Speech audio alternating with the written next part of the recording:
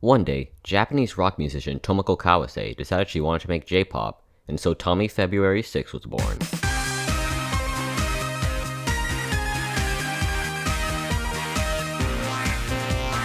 And then she decided she also wanted to go back to rock, so Tommy Heavenly 6 was born. If you frequent the depths of TikTok, you might have heard this song appear in your created feed. At least I assume so. I'm too scared of short-form content to use TikTok.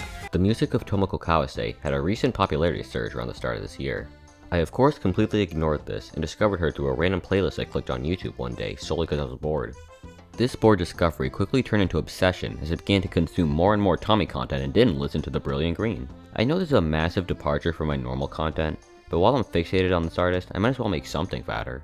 Tomoko's musical gimmick is that she has two personas that she frequently switches between: the cutesy pop-oriented Tommy February 6 and the gothic rock-oriented Tommy Heavenly 6. What makes me utterly adore these personas is the way that they constantly clash, not just with each other but with their own images too. On the surface, these two personas seem pretty simplistic. February 6 is the good one, while Heavenly 6 is the bad one. But if you treat February and Heavenly as a double package like I do, and read way too much into their discographies, the line of good and bad starts to blur in a very fascinating way. So let's start from the very beginning. At first there was just Tomoko Kawase, nicknamed Tommy, and her band The Brilliant Green in 1995.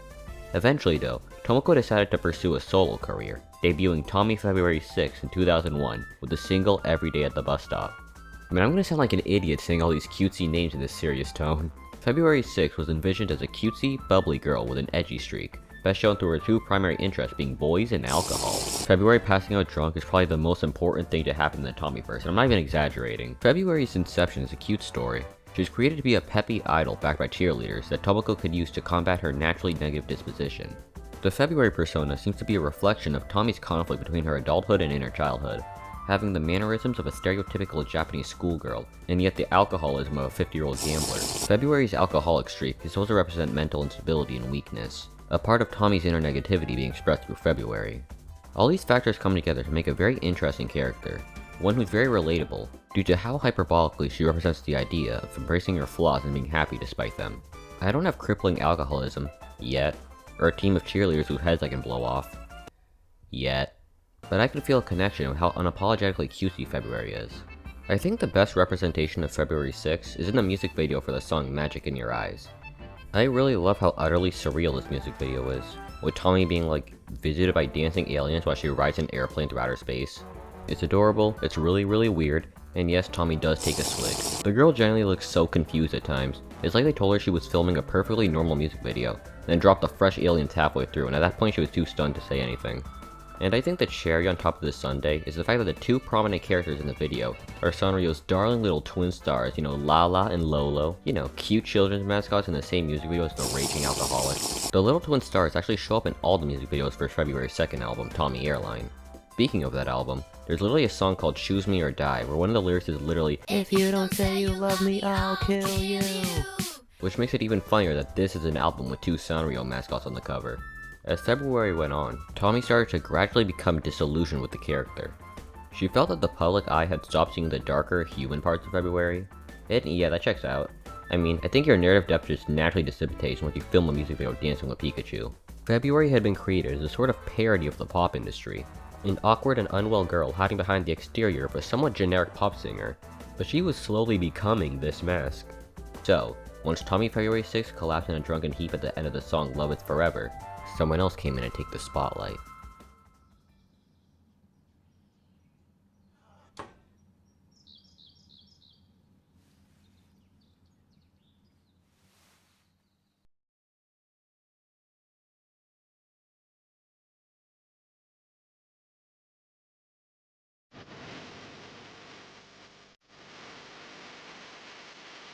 Tommy Heavenly 6 debuted in 2003 with the single Wait Till I Can Dream, picking up where February's last music video left off. According to this sourceless Wikipedia paragraph, Heavenly was born from a dream that February had, and embodies all the feelings that she had been repressing. This does line up with an interview that I found translated on Old Tommy-centric forum, where she states that she felt the public perception of February 6 started to forego the darker aspects of the character, and that she was losing the ability to fully express herself through the persona. So I guess I'm accepting Tommy Dream Theory. And that's how Heavenly 6 was born, through Tommy's frustration of having, dare I say, the humanity of her persona be stripped away into this squeaky clean image. I doubt I need to say it, but Heavenly presents herself as the dark side of February. In fact, that was originally going to be her name. She makes rock instead of pop, presents herself more aggressively, and has a sort of gothic fashion sense. Heavenly as a character both resents and idolizes February. Using Wait Till I Can Dream's music video as an example, she has February's glasses in her candy dispensing microphone. She's carrying around and embracing a Blythe doll of February. And just as a side note, these dolls are creepy, I don't like the way they look at me. But she also directly clashes with February. Well, at least I don't know how this scene can be interpreted as an act of goodwill. What's really interesting to me is that Heavenly is the part of February that she wants to hide. But that doesn't mean she's flat out evil. Darker? Yeah. Edgier? Yeah. But this theming mostly just amounts to something like the music video for I'm Gonna Scream, where she's a sweet obsessed Grim Reaper with an army of weird baby dolls. I assume they have like something to do with Blythe, but I don't know, I can't find this anywhere. What is this?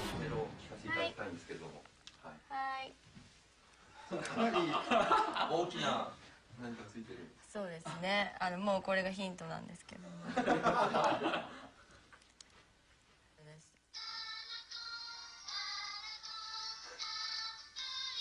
着歌だ。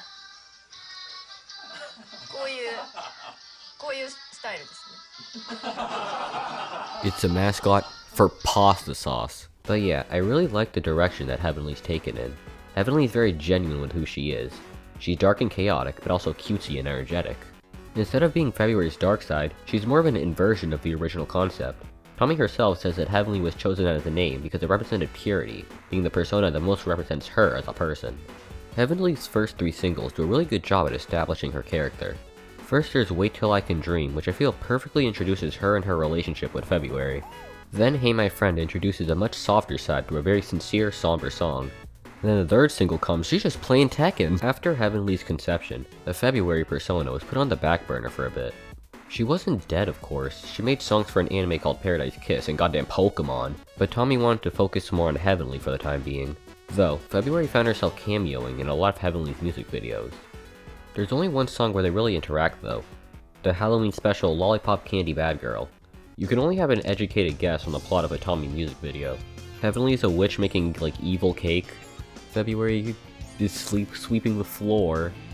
Heavenly just turns into her halfway through, so I'm not sure if it's supposed to be a split personality thing, or if they are 2 people in separate bodies. Either way, the final act, used pretentiously, of this song involves the 2 clashing. And I feel I'm thinking way too far into this, but it really feels like a subversion of the standard like Jekyll vs. Hyde moment. Do you expect this to be a fighting my dark side thing, where February is trying to stop her evil other side from doing evil or something? So at first it's kinda weird that February is the one silenced at the end of this clash. But it does make sense. Heavenly may be dark and chaotic, but at the end of the day, she's just the aspect of February that she wants to hide. February stopping her would be the equivalent of her keeping these feelings repressed, hiding who she truly is in order to maintain an image. Which, get this, is exactly what inspired Tommy to create Heavenly in the first place.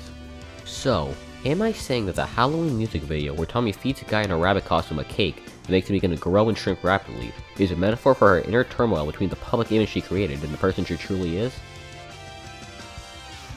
Well, that's not fair. When you say it like that, it sounds stupid. Oh, and then the next holiday song has them standing together singing about how much they love Christmas while St. Nicholas huffs at Zaza. Brief intermission. Did you realize that this was supposed to be a running gag? Yeah, it didn't work out very well.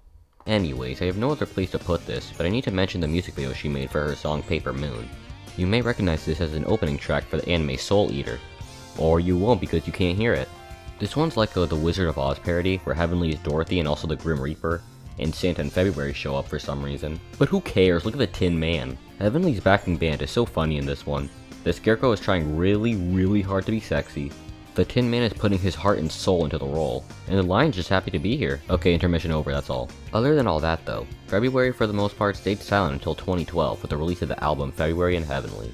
As the name suggests, the album features songs from both of Tommy's personas. It's like Batman vs Superman, but it was nothing like Batman vs Superman.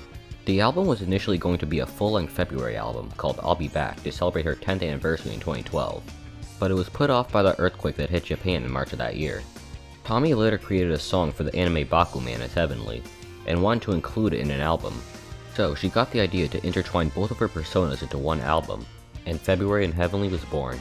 The outcome is an album that essentially is a dichotomy between Tommy's 2 personas. Can I get that in English? Tommy herself states that February's songs got a bit lighter, and Heavenly's a bit darker due to them sharing an album, which I can kinda see. It would've been cool for this to be like a concept album, where the two sides more directly communicate. That wasn't like an audio skip or anything, my voice can just do that, I guess. But yeah, there's really only one song that I really want to talk about. I'm Your Devil is a song by Heavenly about being one's dark side, talking about two voices in an inner Heavenly. That sounds familiar. There isn't any mention of February, since the two personas are handled separately in the album, so I guess we'll never know.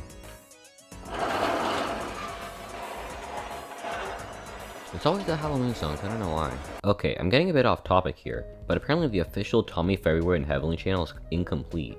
It was created in August 2021, and most of her songs are here, including the random metal cover that she definitely did not make. But the channel's been being drip-fed music videos for the past like 4 years. The bulk of them were posted in October of 2021, but then there was just a 3-year gap for some reason. And even now, the channel is still missing a substantial amount of music videos. It doesn't have any of the music videos from Tommy's last 3 albums. If you want to find those, you gotta dive into the Warner Music Japan channel. They don't even have a playlist of these videos. And they're all in Patrick Soulja Boy quality! I guess the issue is that in 2010, Tommy swapped record labels from Death Star, which is owned by Sony, to Warner Music. So you'd think Warner would be managing this channel, but no, it's Sony for some reason. And I guess they still have ownership of Tommy's old stuff, but not any of the music videos produced past 2010? Alright, ran over. The reason I bring this up is because one of the unreleased music videos is the Halloween remix of I'm Your Devil. And yeah, look at that, Jamie is right once again. To be fair, the interaction between the two is a lot less confrontational, but I feel the intention is still really clear. Another interesting discovery I made pertains to Heavenly's most common backing band. In the music video for February's Hot Chocolate, she has these dolls with the 3 members. They're apparently February's favorite idol group, so Heavenly playing with them is a representation of February's own dreams to perform with them. I think that confirms Dream Theory. After this album, Tommy would release 2 more before the end times would come. I've definitely said something like that in like over half my videos. Tommy Candy Shop Sugar Me and Tommy Ice Cream Heaven Forever are decent albums, but the latter is kinda just more heavenly, and the former is actually surprising with how generic it is. Once again, good album, but everything besides the last 2 songs are like samey EDM tracks that are nothing like Tommy's other work. And the music videos are cute, but nothing really to talk about. I think the intention between these 2 albums is that February and Heavenly are running separate sweet shops, which could have led for some fun interactivity between albums, but alas, only Jamie suffers from this. Okay, to be fair, it's not like they can do a duet because they're the same person! But after these 2 albums, everything gradually came to a stop. A Halloween EP released in 2015, and then came a few singles in 2017 and 2018, and then nothing else. But hey, Tommy was pretty consistently active on Twitter, closely interacting with fans years after her last song was released. Apparently she would even do streams where she writes letters to send to fans. On a related note, I saw the images Tommy would post of herself, and I generally had to take a second to check if this was actually Tommy's account. I swear, this woman is aging in reverse, that's scary. So she had a consistent online presence for years, but then she just vanished. Her last Twitter post was at the very start of 2023, and I don't think she said anything publicly since. Every active account regarding Tommy in the modern day is handled by Sony Music, and the actual Tomoko Kawase is nowhere to be seen. It is weird how these accounts generally just spawned in. Other than the YouTube account, these all seem to have been made around 2024. And yeah, even as she blew up on social media early this year, the closest we've gotten to an acknowledgement of her present existence is a very recent interview with her husband Shunsaku Okuda, who was the bassist in The Brilliant Green and producer for most of her music, under names like Malibu Convertible and Mark and John. This isn't me saying that Tomoko is obligated to be a celebrity, and especially not that she's obligated to keep on making music. The woman turned 50 this year. If she doesn't want to make music, she has better things to worry about, like her 6 cats. It's just a bit sad to see how her music is being treated.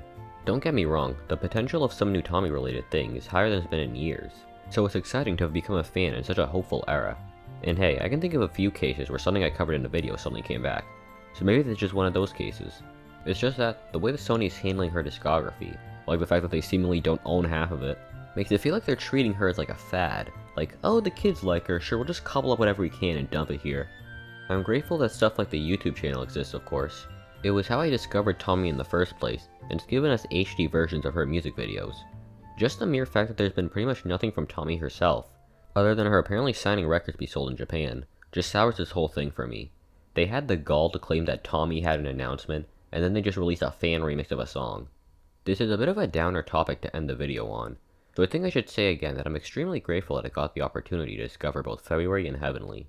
The personas that Tommy created have had such a profound impact on me as a person.